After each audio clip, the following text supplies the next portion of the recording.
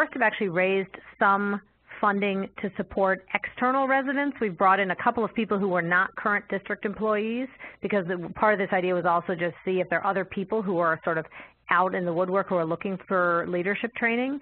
So 2 out of our 8 this year will be external residents. But then the other resident in Bridgeport, for example, the district has found funding to cover it. And similarly in Hartford, the district found additional money from their budget to cover one of the residents and then is seeking private funding for the other. And then in New Haven, they were able to get a private funder, a local funder, to cover the salaries for 4 of their residents. So it just depends. But it is the full salary, not just the stipend, that we've been trying to get covered. Got it. And then, sorry, I don't want to hog all the airtime here. I was just wondering, is there additional compensation for the host principal, or you know, has there been feedback about whether that's felt, you know, the kind of the coaching and mentoring aspect is a drain on them, or having the additional resources a big benefit? Yes, sorry, I forgot to answer that.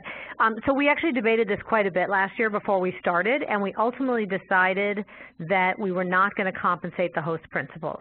For 2 reasons. The first was the district felt really uncomfortable about compensating their own principals because there are lots of things that we ask people to do that are not directly within their job description, and they didn't want to start a precedent of compensating people, you know, for every additional thing.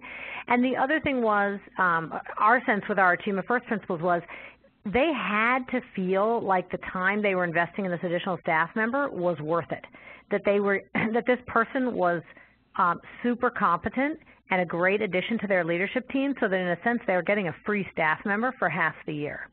And we just determined that if we couldn't provide people to them who really made it feel like a win-win, that the program wouldn't be able to continue, and so that was going to be our challenge.